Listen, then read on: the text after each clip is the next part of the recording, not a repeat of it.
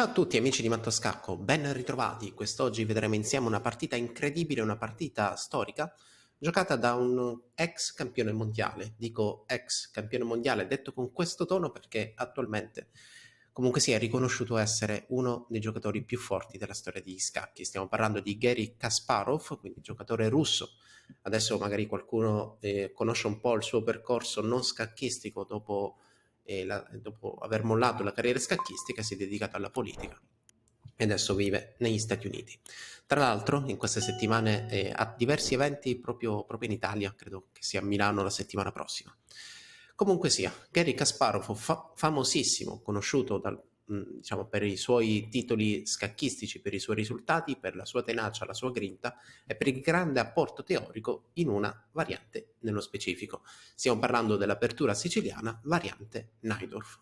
Il suo avversario nella partita che vi propongo è un giovane, ai tempi giovane, giovanissimo giocatore russo. Dico giovane perché siamo della stessa annata. Si chiama Alexander Grishuk, la partita del 2001 ed è molto interessante. La vediamo dal punto di vista del nero, ossia Garry Kasparov con il nero. Vediamo un po' come ha condotto la sua fortissima e famosissima apertura siciliana. Per posizione di partenza consideriamo sempre questa, una mossa facile per il bianco, la conquista del centro con il pedone D4, il nero non ha di meglio che catturare e a questo punto vi ricordo che se voi siete giocatori di siciliana di ricordare questo dettaglio. Il cavallo attacca il pedone perché vuole che il bianco risponda con la difesa del pedone centrale, quindi cavallo C3. Se il bianco avesse la possibilità di giocare pedone C4, quasi sempre lo fa impostando quello che si chiama sistema Maroczy, che vi dico che è molto difficile e noioso da affrontare.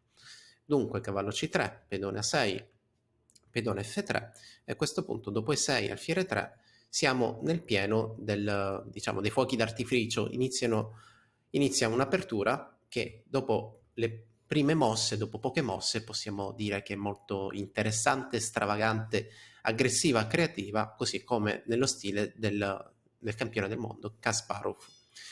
A6 B5, che cosa serve questa idea? Perché il nero, da parte sua, dal suo punto di vista, è disposto a muovere 4 pedoni e ritardare lo sviluppo dei pezzi. Chiaramente, se il bianco gioca F3, dovete avere in mente che il bianco sicuramente vi lancerà, vi porterà questi pedoni laterali del lato di Re appunto in faccia, diciamo così, quindi li porterà in avanti per cercare di attaccare quello che sarà il vostro arrocco corto. E allora il nero anticipa questo possibile attacco del bianco cercando anche lui di giocare mosse rapide, quindi un pedone in B5 servirà per creare difficoltà attraverso la successiva spinta del pedone stesso in B4. Quando io porterò un pedone in B4 darò noia a un cavallo che dovrà spostarsi e se in futuro avremo arrocchi contrapposti chiaramente sarà un difensore in meno dell'arrocco del mio avversario.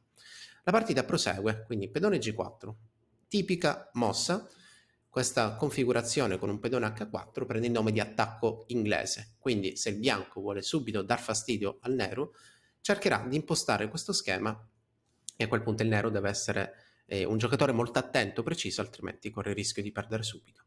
Cavallo di 7 da parte di Kasparov va un po' come un po' contro tutti i principi. Prima muoviamo i pedoni, adesso muovo più volte lo stesso pezzo e allora sto creando quello che si chiama ritardo di sviluppo. Chiaramente anche in questo caso il cavallo in D7 ha delle idee e ci vogliamo sottrarre dalla possibile spinta in G5 che potrebbe guadagnare un tempo da parte sua e ripiegare con il cavallo verso case interessanti, soprattutto la casa C4 è una buona casa di arrivo. La partita continua, per adesso è tutto molto tagliente, e infatti Kasparov emigra con il suo cavallo da G8 in F6, quindi D7, casa di arrivo B6, obiettivo occupazione della casa C4. Arco lungo, cavallo D7 e adesso alfiere B7 sulla scacchiera. Dovete sapere, in precedenti video proprio qui sul canale spiegavo diciamo, in tempi passati, in video trascorsi, quanto sia importante con il bianco, scusate, con il nero, quindi quanto sia importante da giocatore che gioco, che prediligo la difesa siciliana, riuscire a spingere in D5 quando dopo le catture sarò in grado di catturare di pezzo. E quindi Kasparov si sta preparando nel realizzare la spinta D5. La partita prosegue: alfiere D3, torre C8, cavallo E2, cavallo C5, re B1. Ok, dal nulla il nero si ritrova con una torre potenzialmente in attacco, un cavallo potenzialmente in coordinazione contro l'arrocco, magari salteremo in A4 per dirigerci verso l'arrocco avversario, e un lato di re completamente messo da parte, quindi da questo lato siamo chiaramente scoperti. La partita prosegue, salta il primo cavallo, arriva H4, donna C7, torre C1 e adesso la famosa famigerata D5. Perché D5 è così importante? Perché in caso di cattura, se siamo in grado di catturare di pezzo, il pezzo che passa al centro mi aiuterà in attacco. E adesso, come vedete, di protagonisti contro il povero re bianco che è colorato di rosso, abbiamo 5 pezzi colorati di verde che si possono coordinare tra loro. Chiaramente non è facile, chiaramente dovremo cercare di trovare la sequenza migliore per dar partito. Ok, va bene, dar partito magari si dice in spagnolo, per dar giustizia alla coordinazione dei pezzi bianchi. La migliore coordinazione potrebbe scaturire l'attacco vincente. In partita, dopo D5, il bianco sa quali sono le idee di Kasparov, sa che aiutare l'avversario a portare un pezzo in D5 è un problema e allora decide di chiudere. Pedone 5 è una mossa interessante perché è un pedone non difeso, qualcuno l'avrà già notato e quindi lo possiamo interpretare come un gambetto. Se io catturo, devo giustificare questo sacrificio di pedone e da bianco riesco a giustificarlo cercando di portare subito i miei pezzi in avanti. Come vedete, il bianco sacrifica il suo pedone e nel giro di qualche mossa i suoi pedoni del lato di re sono pronti lì a sfondare. Quando attacchiamo, quando abbiamo arrocchi contrapposti, un obiettivo molto importante è cercare di attaccare spingendo i pedoni, cercare di creare quello che si chiama punto di contatto. Quindi io cerco di portare un mio pedone a contatto con i pedoni del mio avversario. Quindi l'idea del bianco è cercare di creare questa rottura, questa spinta in G6 che potrebbe demolire l'arrocco avversario. Arriva F5, scelta molto difficile, si vuole chiudere tutto e si vuole cercare di utilizzare la casa E4 come casa di appoggio per i pezzi. Infatti arriva il cavallo in E4, alfiere cattura, pedone riprende, cavallo E5 comodamente in avamposto centrale e alfiere D5. Da una parte direi che il nero è contento di aver migliorato il proprio alfiere in D5, il bianco è contento perché ha sacrificato un pedone per avere un potentissimo cavallo al centro. Se sei fermo da tempo sullo stesso punteggio, è perché ti mancano le conoscenze per progredire. Noi di Mattoscacco abbiamo creato la prima accademia di scacchi online per migliorare comodamente da casa. Vienici a trovare e scegli il corso più adatto alle tue esigenze. academy.mattoscacco.com. Torre H3, la mossa della partita. E adesso c'è una mossa che probabilmente potrebbe essere sfuggita ad Alexander Grishuk. Ricordiamo che il bianco comunque sia un giocatore quotatissimo con 2700 punti. La mossa che probabilmente gli è sfuggita o non ha considerato, non valutato correttamente è questa. Boom, cavallo per B2. Che è stata proprio la mossa di Kasparov. Cosa accade adesso? In caso di cattura interviene la donna, scacco, e se l'ere si sposta, purtroppo per lui arriverà il matto a seguire. E allora, dopo cavallo per B2, quindi un fulmine ciel sereno, bisogna complicare. Alfiere D4, la mossa della partita. Il cavallo contento, cavallo goloso, cattura, torna indietro, col pedone in più. Si sono aperte delle linee molto problematiche per il bianco. H6, adesso ci giochiamo il tutto per tutto da bianco, dobbiamo complicare, quindi sacrifico un pedone, adesso ne sacrifico un altro, voglio portare i pezzi in gioco. Kasparov non si tira indietro, cattura il catturabile, per poi rientrare in questa posizione. Chiaramente in fase di attacco dobbiamo calcolare per cercare di avere il controllo totale della posizione e soprattutto in fase di difesa dobbiamo essere disposti a restituire materiale. Se restituiamo materiale avendo una posizione più facile, per noi vi assicuro che sarà molto meglio. La partita prosegue, entrambi cercano di dare collocazione facile al proprio re. Il bianco si nasconde lì all'angoletto, mentre il nero considera che la casa di 7 sia la difesa migliore per il proprio monarca. La partita prosegue, torre C4, da una parte il re in difesa in D7 è importante, la torre salta in C4 per creare fastidi.